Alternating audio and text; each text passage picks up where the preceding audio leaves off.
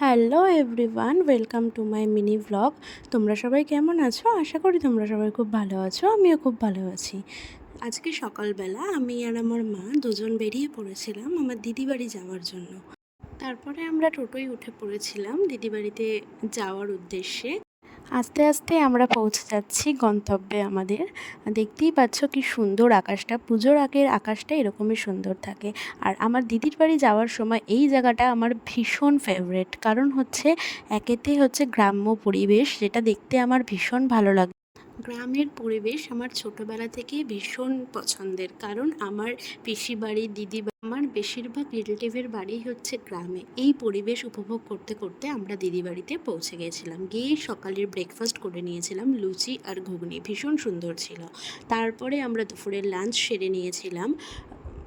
Menu ছিল হচ্ছে মাছের তেল, আলু উচ্ছে ভাজা, মাছের কালিয়া, চিকেন, গুগলি, চিকেন পকোড়া, স্যালাড। রান্নাগুলো ভীষণ টেস্টি হয়েছিল খেতে। তারপর আমরা বিকেলে বাড়ি আসার জন্য বেরিয়ে পড়েছিলাম।